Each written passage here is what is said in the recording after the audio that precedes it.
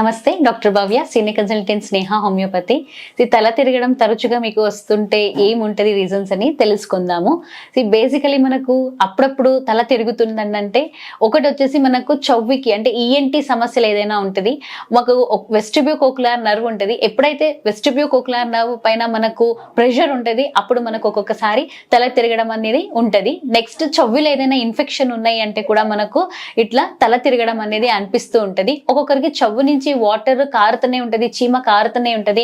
ఇంత continuous long term చీమ కారడం వల్ల కూడా తల తిరగడం అనేది జరుగుతూ ఉంటది. ఇది కాక మనకు ఎవరైతే ఎక్కువ స్ట్రెస్ డిప్రెషన్లు ఉంటారు వాళ్ళలో కూడా ఇట్లా తల తిరగడం అనేది ఉంటది.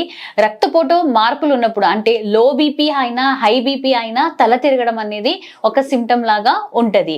ఒక్కొక్కరికి ఎక్కువ ప్రెషర్ లా కూడా తల తిరగడం అనేది, వీక్నెస్ అంటే నీరసంలా ఫీవర్ వచ్చిపోయింది లేదంటే హిమోగ్లోబిన్ తక్కువ ఉందన్నా కూడా ఇట్లా తిరగడం అనేది జరుగుతూ ఉంటది.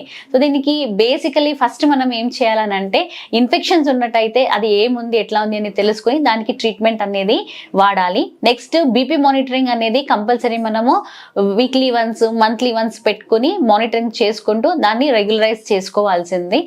స్ట్రెస్ యాంగ్జైటీ ఉన్నదంటే యోగా, మెడిటేషన్ ఇలాంటివి తీసుకొని మనము కొంచెం దాని నుంచి బయటకి రావడానికి ట్రై చేయాలి. నెక్స్ట్ పౌష్టిక ఆహారాలు, రక్త కణాలు పెరగడానికి ఐరన్ కి సంబంధించిన ఆహారాలు, ఆకుకూరలు, ఫ్రూట్స్, వెజిటేబుల్స్ ఇలాంటివి తీసుకుంటే చాలా మంచి రిజల్ట్స్ ఉంటాయి. ధన్యవాదాలు.